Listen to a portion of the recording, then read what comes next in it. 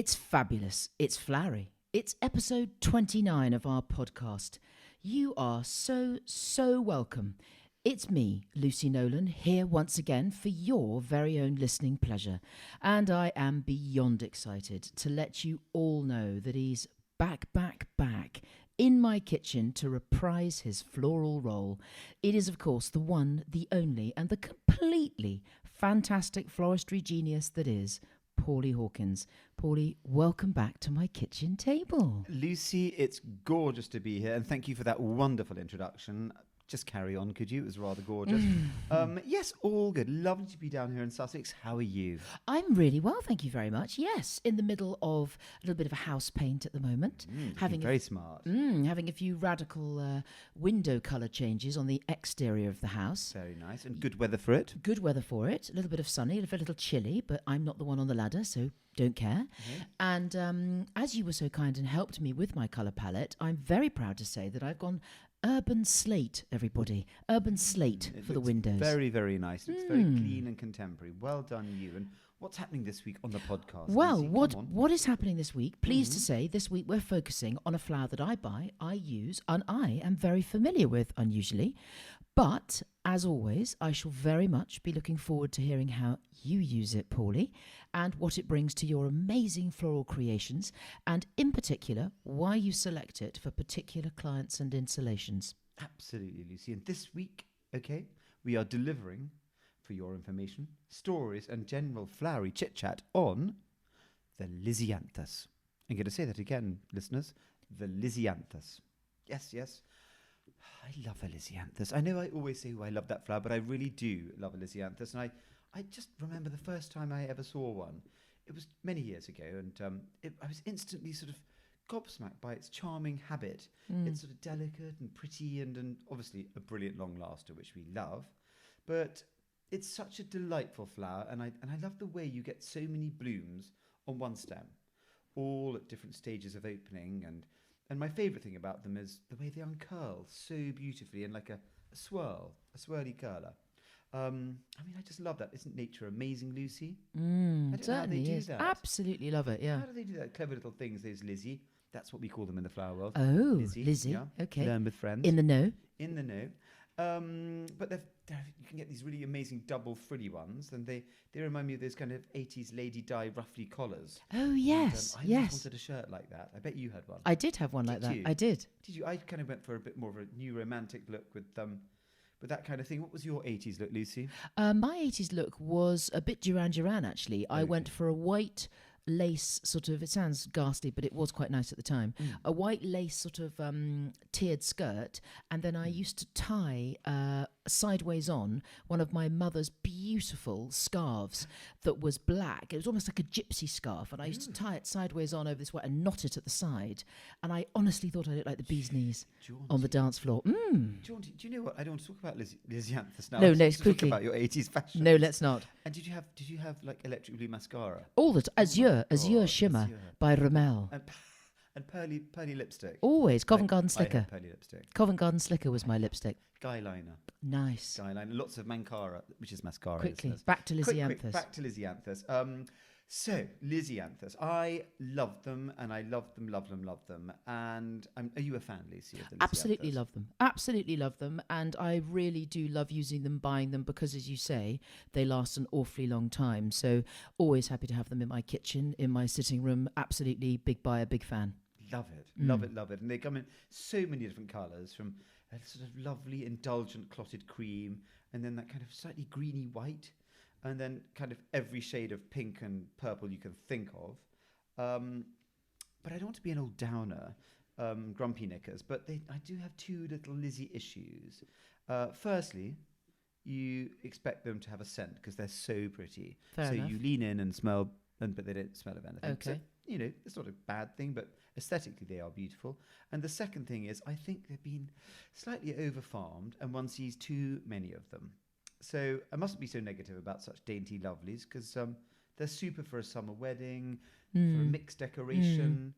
I mean, one particular wedding I did. It was a late spring one, and it springs to mind. Oh, ha, ha, ha, See what I ha. did there? I mixed cream Lisianthus, with white roses and a really beautiful white lilac, English lilac, with a little tickle of pussy willow, and the cream and white together, softened with great big blousy white hydrangeas, and of course with my always sort of signature silver eucalyptus.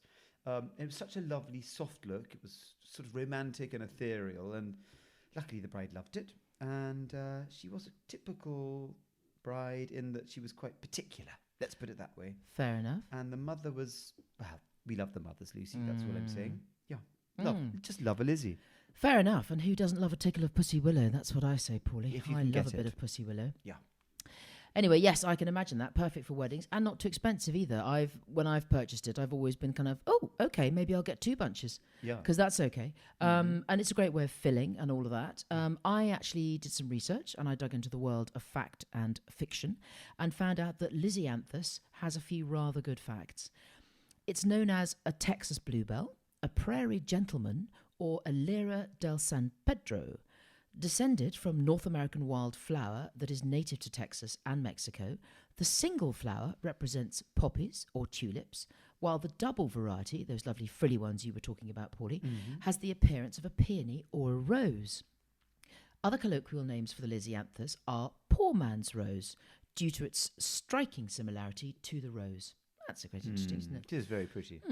So standing up to 60 centimetres, these herbaceous annuals are sometimes also grown as a stunning dwarf variety. I thought you were going to say stunted dwarf. I don't think you can say that. No, it's not. Anyway, move on. So considered a relatively new genus, the Lisianthus dates back as far as the Victorian era. So that's actually not that far compared to some of the blooms that we've The ancien, investigated. Yeah, ancient ones. So when it was bought then, in the Victorian era, it was used to symbolise a flashy or a showy person. So that could have been either one of our fathers, really, couldn't it? I would say so, definitely, very much so. A Paddy or an Edric, I'd say. Yeah. Sometimes referred to by its scientific name, Eustoma, the beautiful Lisianthus range covers all sorts of colours: purple, blue, violet, white, pink, and the colour of each Lisianthus flower holding its own unique meaning. Eustoma stems from the Greek words eu, which denotes something beautiful, and stoma, meaning mouth. Lisianthus, on the other hand, comes from the Greek words lysos, meaning smooth, and anthos, meaning flower. So that's quite a nice combination of those. Yeah, Lovely like that. combo. With delicate petals and oval-shaped leaves, it has been said to symbolise appreciation, making the Lisianthus an absolutely ideal gift for giving to loved ones who you think the world of. Gosh, I feel awful that I was a bit mean about them earlier. And also, you've never given them to me. Well, I know. It's You with never your too beautiful late. mouth. And how lovely is all that to know? I mean, gosh. I mean, they are the perfect thank you gift, and often given as a romantic gesture to someone for whom there might be a deeply felt romantic attachment. But Lisianthus really are the ideal gift of appreciation and represent admiration for a sociable friend. So perhaps I should give you some, darling. Also symbolising gratefulness and charisma, this beautiful long stem flower makes a perfect bouquet when wanting to show respect, love, acceptance and acknowledgement. Oh. And as the Lisianthus has its roots as a prairie flower, it also suggested that it represents old-fashioned values and receptivity, calming thoughts and congeniality. Oh, that's all rather lovely, isn't it, Paulie? I love that. I love the old-fashioned values, calming thoughts. I think that's very Fabulous Flowers TV podcast, I would say. Very. It's our mantra.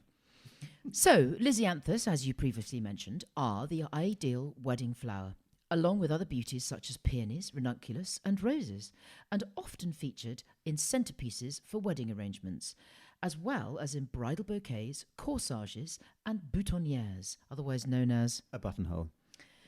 The versatile bloom looks stunning when paired with flowers of similar size, such as roses, miniature gerberas and hyacinth, but they also hold the floor on their own. This gorgeous and stunning little blossom is an overall winner in the flower world and is always an appreciated gift. Is that a hint? Yes.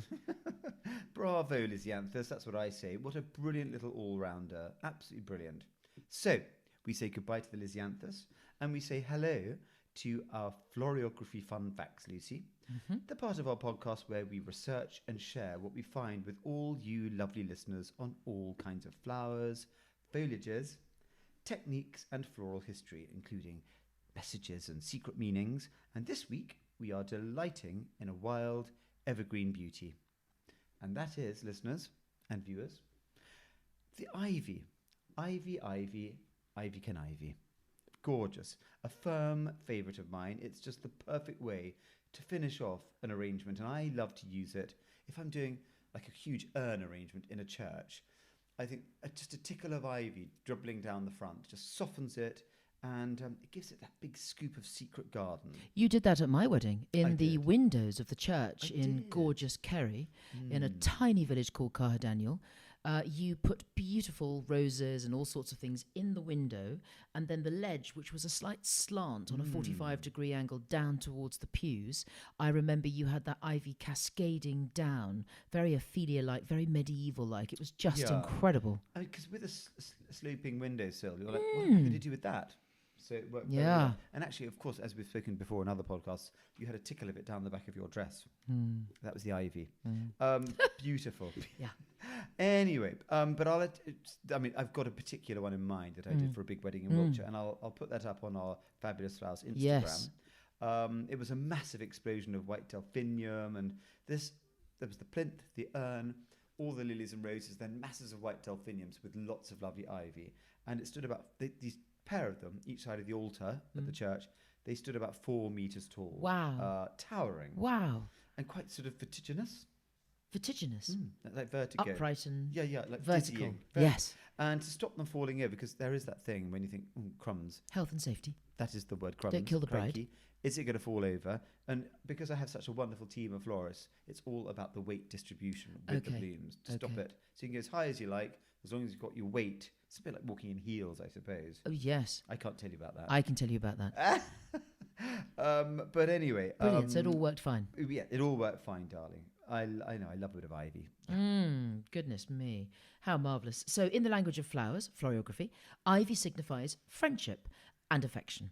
It can also mean fidelity and loyalty, as well as marriage and a strong bond of love in marriage.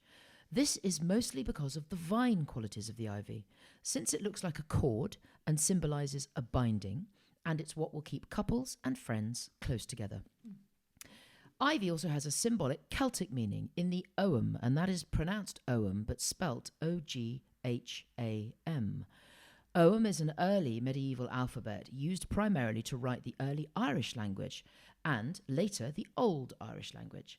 There are roughly 400 surviving Orthodox inscriptions on stone monuments throughout Ireland and Western Britain, the bulk of which are in southern Munster. And in fact, there are a few in gorgeous Kerry right next to our local pub, Paulie, which we like to frequent there. The pub that I know you know who owns that pub. Who owns that pub? It's the lovely, pretty Sandra. Lovely. Pretty, did you say? Yes, she's very pretty. Is she? Be nice. Sandra, she takes charge of all of that, doesn't she, in the pub, and makes us sit ever so nicely before we have our drinks. But the ogham or ogham stone is there, and it has inscriptions on it. And the Celtic meaning of ivy deals with the connections and friendships because of its propensity to interweave in growth. Ever furrowing and intertwining, the ivy is an example of the twists and turns our friendships take, but also a testimony to the long-lasting connections and bonds we form with our friends that last over the years. Another tribute to friendship, as well as the test of time, is the ivy's ability to grow in challenging environments. The ivy is incredibly durable and can withstand harsh conditions. This is symbolic to our ability to stick by our friends no matter what. Oh my God, Lucy, filling up a bit. Honestly, It's amazing. And I think when you think of ivy, you always think of Christmas. Yes, like true. The holly and the ivy. Yes. No singing. When they are both full grown. Absolutely. And as we know, it's gorgeous used at a winter wedding. I mean, what can you use at winter? Lovely hedgerow things. Evergreen and, as you say, amazing symbolism. But at a winter wedding, I'd like to mix it with big, blown white amaryllis, lots of old man's beard, and a bit of buried ivy. So classy, so smart. I like to garland a cake table with it. And as we know, it means fidelity, as you just mentioned, because it grips to things with great fervour. And it's also nice to swirl it around the stems under the water in like a goldfish bowl vase. Oh, lovely. It looks kind of How beautiful. So you get your length of it. Yes. Twiddle it around the stems of the flowers. Oh, like a spiral of Yes. ivy. How gorgeous. Under the water, and it looks really kind of, Ooh, high-end must do one of florist. those. Do those, a film of one you of can those. just make your normal bunch of flowers look amazing. But Elevate it. I remember doing a wedding at Chelsea Hospital, not actually at the hospital, but the Yes, the old Christopher yes. Wren building. Yeah. And I've got a beautiful photograph of a table with the cake, Yeah. lots and lots of apricot petals. I don't say peach, apricot, and then tons and tons of ivy swagged around it. And I've got a photo. I'll pop it up on Great. the Let's Insta. pop that up. Yeah, Definitely. yeah. And actually, it reminds me of a bride came to see me and she went, "Ooh, I love ivy," and so I told her my story that it means fidelity, and she said to me, "Oh, that's good because I'm pregnant." I said, "I'm Whoops, sorry." Daisy. She went, "Didn't you say fertility?" I said, Oh, "Oh, no. I said fidelity." That's You know. hilarious. So anyway, Oh, my I know God. she sort of confessed that she had a bun in the oven. But that was fine. Oh, then. never mind. Yes, Cover it with ivy, darling. flowing frock. Yes, Yeah, whatever. yeah. Stretchy Bless her. sideburns. Yeah. Anyway, so the ivy can also make a wonderful bright light houseplant. So if you don't have a garden, you can have ivy. It can grow long and lush and bring a bit of the outdoors inside. Growing ivy is easy, and as long as you know what makes the ivy plant happy, you're laughing. English ivy grows very well in pots with a stake or other vertical structures for it to climb up, or in hanging baskets where it can tumble over the edges. You can also grow it in a pot with a shaped wire frame to create a topiary design. Oh, I like that. That would be fun. So you could make your quite own topiary design and then the ivy would grow over it. It's like an obelisk. Love that. Or a bowl. teddy bear. Anyway, so variegated ivy types especially are attractive when planted in this way. Like many evergreen plants, which impressed European cultures by persisting through the winter, ivy has traditionally been imbued with a significant spiritual ethic, and it was brought into the home to drive out evil spirits. In ancient Greece, wreaths of ivy were used to crown victorious athletes, and in ancient Rome, it was believed that a wreath of ivy could prevent a person from becoming drunk. Such a wreath was worn by Bacchus, the god of intoxication. Must we go and make a couple of those then? No idea what you're talking What? about. Yeah. Slightly lost you there, Lizzie. But ivy bushes or ivy-wrapped poles have traditionally been used to advertise taverns in the United Kingdom, and many pubs are still called the Ivy. Wow. The clinging nature of ivy makes it a symbol of love and friendship, and there was once a tradition of priests giving ivy to newlyweds. As it clings to dead trees and remains green, it was also viewed as a symbol of the eternal life of the soul after the dead body has gone to the other side. This was believed in medieval Christian symbolism. Yeah, brilliant. Love it. Oh, goodness me. It's also interesting. Yeah, Actually, it do is. you know what? When I'm out on a country walk and I see some beautiful ivy trails, I just wish I had my scissors with me. But, oh gosh, it reminds me of, I did a wedding down in deepest, darkest Cornwall. I'll keep it brief. And all the little sort of, what are they called? Bridesmaidy girls. Yes. Very sweet. They had circlets of ivy. Gorgeous. Very easy to do. We can do a fabulous flowers film. Gorgeous. About it. Let's. Piece of ivy. Piece of wire. Ivy wrapped around it, made into a circlet. Da da da da. Beautiful. Just here. Really pretty. Anyway, I've been down there for 3 days, done the enormous wedding, driving back from Cornwall to London, stopped to get petrol, opened the back of the van, and there are all the circlets in the back of the van still. What? And I'd You've forgotten to get them out? Yeah. Forgotten to use them? Yes. Forgotten to put them on their heads? Well, I don't. I just give them to an aunt or a mother, and she deals with it. And I just say, and I'm thinking, oh gosh, the wedding is in half an hour, and I'm 4 hours away. What did you do? Nothing. I rang the next day, and luckily they had some ivy in the garden, and there was kind of sweet girl who did it with some ivy, and it was just the most terrible car crash. Awful. I suppose things do go wrong. We're only human. Very rarely, listeners. We're only human, Paulie. Yes, darling, I know. thank you. But anyway, we love ivy, and what's fab about it? It's actually a wonderful Victorian name. Oh, And yes. it seems to be coming slightly back into fashion. Yes, I love that. Yes, that's certainly going to be on the baby name list to come. So, as always, please keep taking your wonderful photos and tagging us at Fabulous Flowers TV so we can enjoy those and share that joy with others. And please do subscribe to our TV channel over on YouTube. We have now completed the first 4 of our 12 festive filmettes, so you'll be wanting to hit the notification bell on that TV channel to get advanced warning for when those gorgeous and helpful festive films will hit the screen.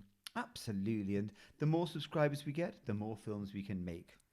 Now, without further ado, as it's November and the Festival of Remembrance will shortly be upon us, Lucy and I wanted to close on giving the poppy the final bow for this podcast. Poppies have long been used as a symbol of sleep, peace, and death. Sleep because the opium extracted from them is a sedative, and death because of the common red blood colour of the red poppy.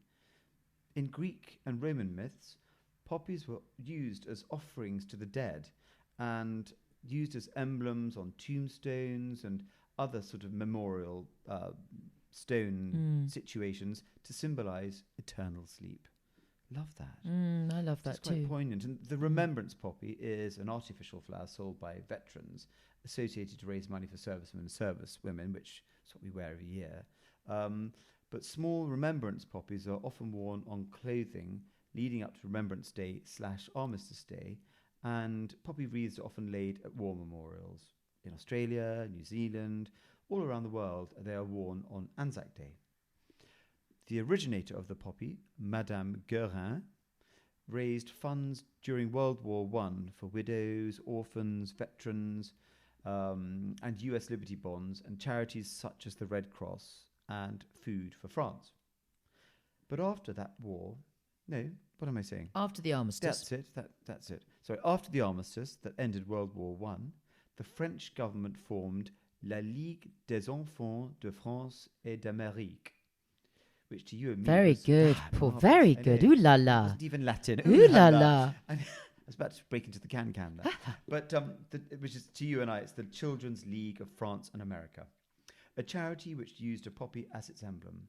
But Madame Guerin created the American branch of this charity called the American and French Children's League. Many organisations adopted the poppy as their memorial flower after World War I ended.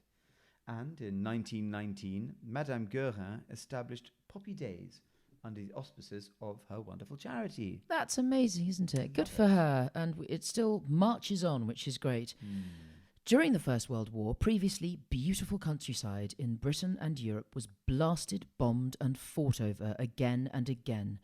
The landscape swiftly turned into fields of mud, bleak and barren, where little or nothing could grow. But out of this devastation, the delicate but resilient bright red Flanders poppy grew and flourished in their thousands. Flanders Fields is the name of a First World War battlefield in medieval county of Flanders, which spans southern Belgium and northwest France. Shortly after losing a friend in Ypres in 1915, a Canadian doctor, Lieutenant Colonel John McCrae, was inspired by the sight of poppies growing in the battlefields, and he wrote his now famous poem, In Flanders Fields. The red poppy came to represent the immeasurable sacrifice made by his comrades and quickly became a lasting memorial to those who died in World War I and all later conflicts. This poem was first published on the 8th of December 1915 in the London-based magazine Punch. It inspired American War Secretary Monica Michael, who bought poppies to sell to her friends to raise money for the servicemen in need after the First World War. And it was adopted by the Royal British Legion in 1921, who ordered 9 million of these poppies and sold them on the 11th of November, and every year after that, it's become the poppy appeal. The poppy has been adopted as that symbol of remembrance ever since.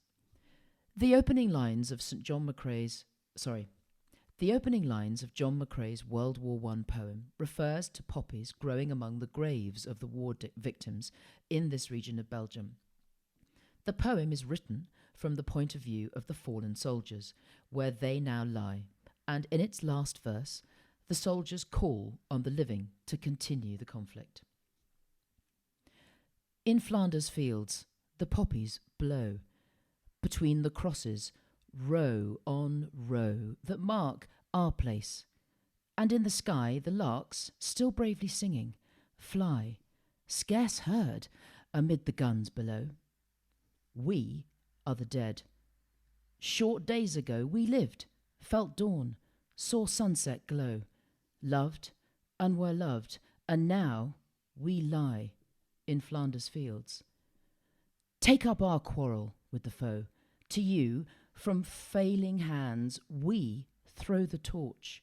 Be yours to hold it high. If ye break faith with us who die, we shall not sleep. Through poppies grow in Flanders Fields. Oh, that was lovely, Lucy. Really lovely. Oh, God, sorry. But today, the wonderful, slightly moved there, listeners. Wasn't that lovely? Thank you for that. But today, the wonderful red poppy represents all those who lost their lives on active service in all conflicts, from the beginning of the First World War right up to the present day. It also honours the contribution of civilian services and the uniformed services which contribute to national peace and security, and acknowledges innocent civilians who have lost their lives in conflict and acts of terrorism. It's a matter of personal choice whether someone chooses to wear a poppy or not, and how they were to use it. I mean, you've got a lovely key ring. I have, yes. Yeah. From paper poppies to pins, bag charms to pet poppies. Ooh. I've got one of those for Kerry the collie. Yes, to get one goes for on her Mungo. collar. Oh, I like that. And now on face masks. Yeah. No, I love that. The best way to wear a poppy, though, is just simply with pride. That's what I say. And on that very memorable and poignant note, until next time on Fabulous Flowers TV podcast, it's a goodbye from me. Goodbye. And a goodbye from me until we meet again. Next time from me too. Goodbye.